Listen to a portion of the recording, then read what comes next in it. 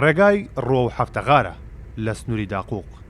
ئەو ناوچەیی بە هەموو شێوەیەک گەیشتنی ڕۆژنامەنووس و ئەنجامدانی هەر کارێکی ڕۆژنامەوانی تێدا قەدەغە کراوە.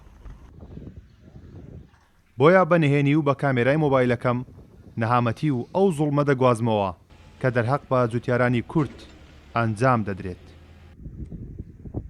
لە سنووری هەفتەغار کێڵانی زەوی بە هەموو شێوێک لە جوتیارانی کوردی سنوورەکە قەدەغە کراوە.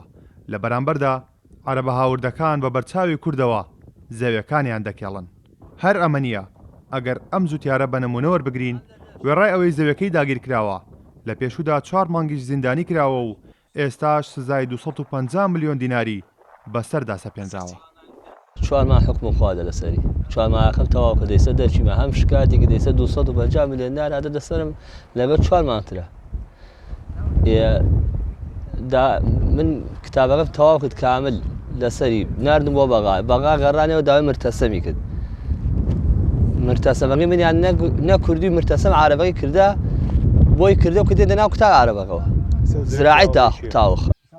یوسف جوتیارێکی دیکەی سنوورەکەیە.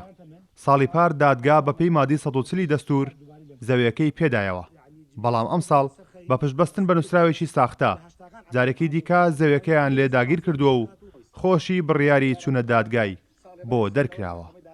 جارێکی محکەمەی داقووقەوە تا کتاب محکەمەی داقووقم پێ دایانتە من لە پارەکە، بەس دوای ساڵی ئەوان واستەیان کرا لە زراعی داقووقەوە سەوا معاملە کە عەقدیان لەسەر تازە کردێتەوە. بۆ یەکەم جار کورتسات نیوز دیمەنی ئەو گوندە پیشان دەدات کە ماوەی 4 ساڵە لەلایەن هاوردەکانەوە دروست کراوە و ئیدارەی کەرکووکیش تەواوی خزمەتگوزاریەکانی پێشکەش کردوون. جوتیارانی کورد لە سنووری هەفتەغار ئێستا تەنها ئومێدیان بە خودا و سەرکردایەتی سیاسی کووردە ئەم زوڵمەیان لەسەر هەڵگرێت. تەنها لە سنووری ئاوایی مەنسوور تا ئێستا 106 ماڵ ئەم گوندەیان بەجێهێشتووە.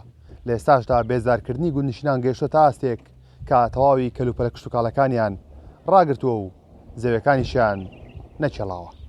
کارۆن محەممەد کورتسات نیوز گوندی ئاوایی مەنسوور لە سنووری قەزای داقووق.